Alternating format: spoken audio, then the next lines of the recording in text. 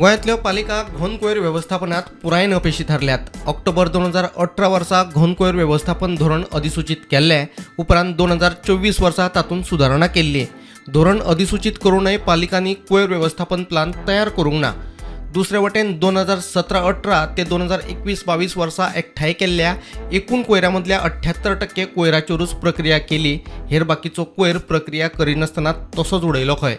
नियोजनाचो उणाव आनी user charge वसूल करपात आयिल्ल्या अपेशाक लागून घोन कोयर व्यवस्थापना खातीर निधी उबारप कठीण जालें।